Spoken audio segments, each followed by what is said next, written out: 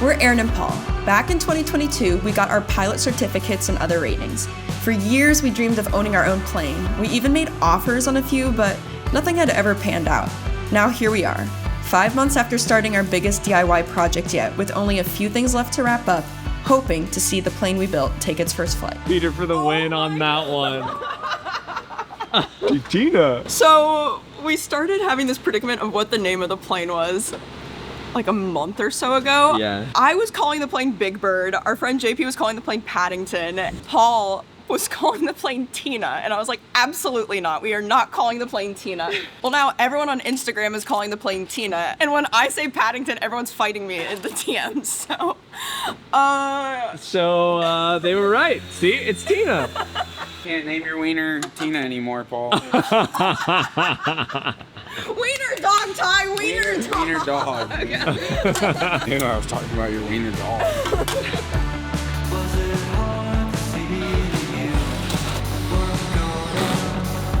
I have a feeling today is going to be a freaking big day. We started putting vinyl on our plane, Tina or Paddington. We're still in the deciding process of the name. And also mounting some of the camera mounts. And the guys have a few other things to get done today, but I have a feeling that we may be test flying this plane for the first time today. Currently, we're planning on it being Paul and Virgil that go up because Virgil has obviously all this expertise in flying Bearhawk 5s. I mean, he owns the company, but we obviously want to be a part of this whole process. And so Paul, I think, is going to go up with him and try to do the landing himself, but got a few more things to get done on our girl. And yeah, it's crazy that we're at this point that she may be in the air by the end of today.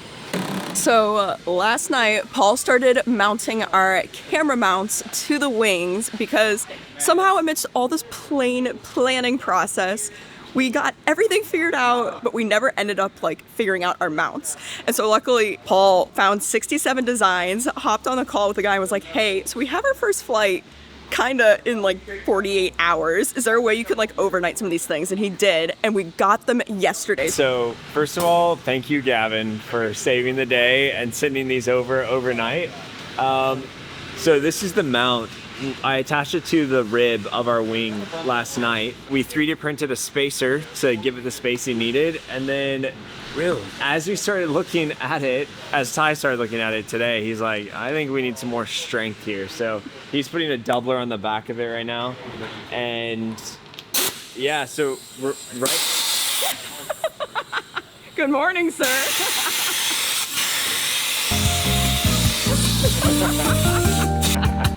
All right, proceed. Yeah, so he's putting on a doubler in order to strengthen the rib itself. The pole that we'll have mounted is pretty long, and I think it extends out almost 10 to 12 feet, something like that.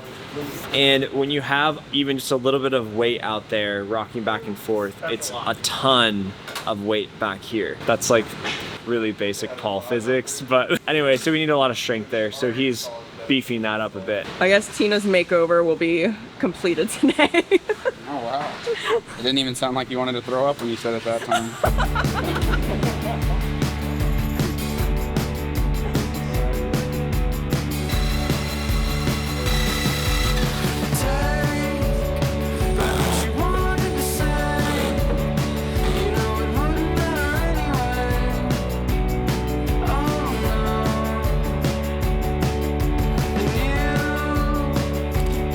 Things are coming together today, guys.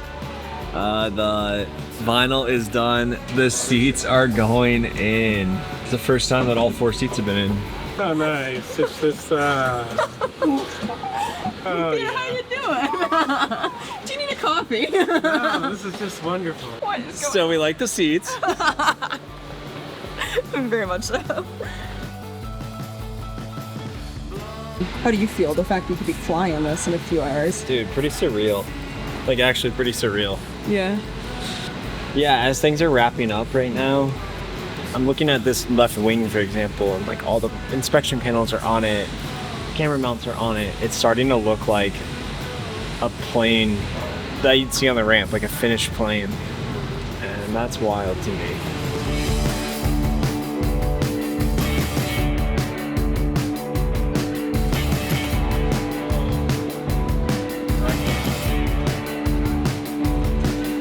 So we're about to do the weight and balance on the aircraft. It's how we start to figure out where weight can go while we fly. It's a part of being legal. We have to have a weight and balance done on the aircraft. And so this is our basic empty weight. From there, we have a max gross weight, which is 3,000 pounds. And so whatever we find out is our basic empty. You subtract that off the max gross, and then we get our useful load, however much we can actually put in the plane. So how much fuel we can have in there, how many passengers, how much food. Yeah. So we're hoping for a light plane. What is she? 17? Holy. What is it? Are you serious? 1696. Whoa, why? Hefty girl. Tina, you fat lard. What do you think that's A lot of from? it's probably avionics. Oh, I didn't think about it. Yeah. There's a pot. There is, Avionics yeah, up front. double. It's all that lead weight you put in the tail. Virgil. She really is a fat queen, Paul. Yeah, I guess we only have 1,300 pounds of useful load now. Terrible. Tina. Tina. Tisk, tisk, tisk, tisk. Tina, you fat lard with the llama's head right there. Wow. That happened a little bit earlier today. Gave her a little bit of a birthmark. Virgil said a while back that when we take the plastic wrap off of the windshield, it means we're about to fly, and that is off. And now Garmin screen covers.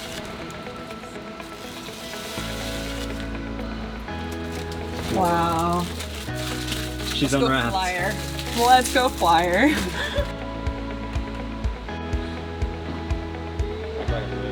Big girls eat. Tina, eat. Eat the food. Well, guys, we are into the flight testing part of getting this girl out of phase one, getting this girl airworthy, and we are in phase one flight testing. So we are following this EAA flight test manual.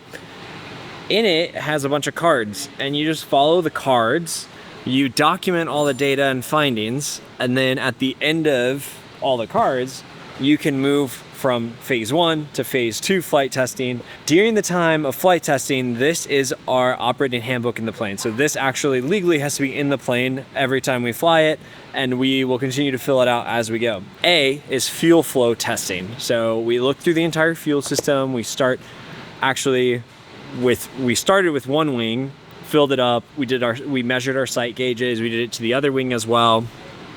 And now we're starting to inch through the fuel system. All right, so we're testing the fuel system. What did you guys find? What happened? So this is your access panel. So in here you've got your fuel pump, gasculator, fuel valve, all that stuff. So that keeps you from having to pull sticks and stuff out of the top to get to it. So you just pull these screws, this panel comes off. In here there's a fuel valve with a line from the left, line from the right, and then it goes into a gasculator. The fittings into that are an ORB fitting. So most aircraft fittings are an AN seal. These are an ORB because it's a machine part. One of those ORB fittings was just a little bit loose, so when we turned the fuel on, we had a little drip right here. So went in, tightened that up, and everything's good to go. Good to go. Yeah. So normally what we do is we turn the fuel off, we set the gauges. That gets fuel to here, but not past the, basically not past the valve. And then we turn it on, and that runs the fuel the rest of the way. So we kind of do a two-stage leak check. Nice. So now we're leak checking the rest of it. Once that's all good, we'll pull the one up here into the motor. We'll do a flow test, and then we'll flow fuel for, usually I flow it for 5 minutes or so, and then take it and weigh it, and then add gas to 6 pounds a gallon, so you can really easily figure out how much you flowed. And in the flow test, they're looking for fuel flow, so rate of fuel flow, to make sure that during takeoff, well, first of all, that we have unrestricted fuel flow just by gravity because we have high wing aircraft. And then here in a second, we'll actually kick on the boost pump as well to make sure that we still have good enough fuel flow with the boost pump on. We have to make 150% of max fuel flow needed in our aircraft. So takeoff power times 1.5, that fuel flow, that's what we're looking for. So we're doing that right now. That will actually allow us to fill out this first card, and then we can move on to the next one. So that's kind of the process of flight testing, and we're at the very beginning right now.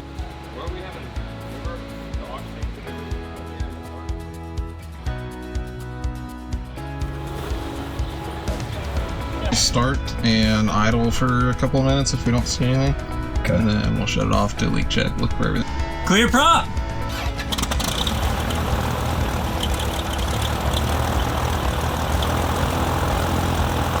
Just finished the first run and it started right up.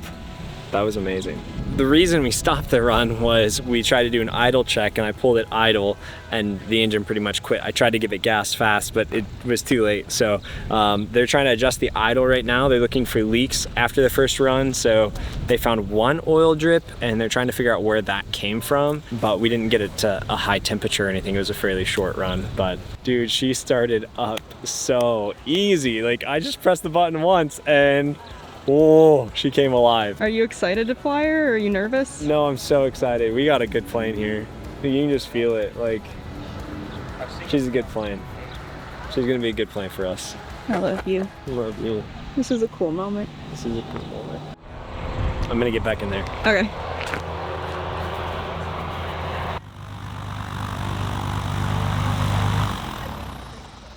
Well, until tomorrow. Tina's acting up.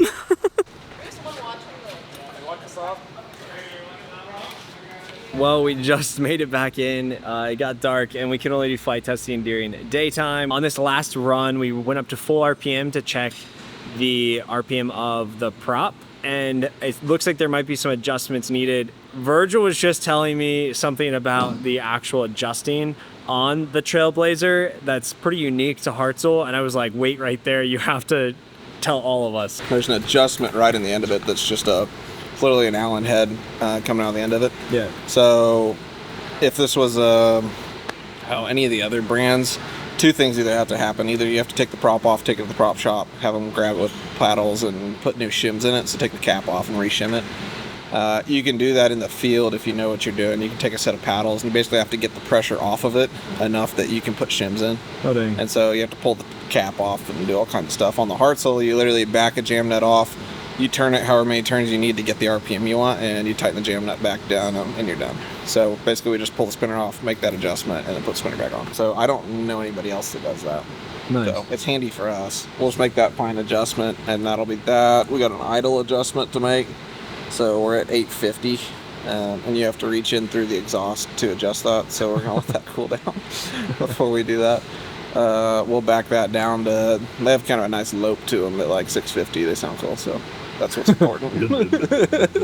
So we'll put it at like 650. I think that's about it. That's not bad. We didn't have any leaks. Yeah. We had one little oil drip, but I think it was just residual. We all wiped it up and it's not there again. So cool. So we have a few things to do tonight before our first flight, hopefully tomorrow.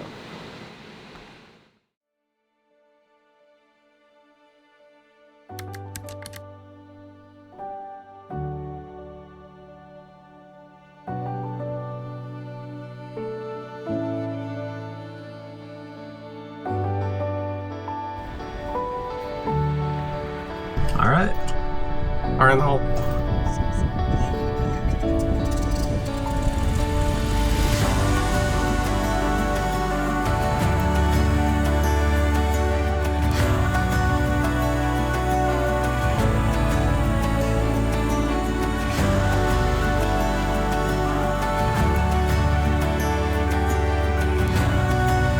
Fairview traffic, November 513 Echo Papa, departing 17, first flight.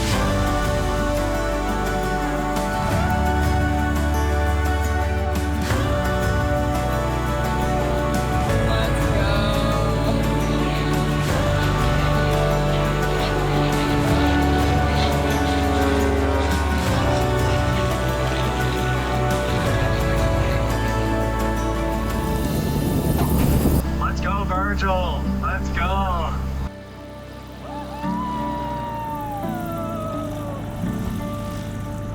Tina did well. Yeah, Tina did well. Wow, let's go. Way to go, Tina. First landing.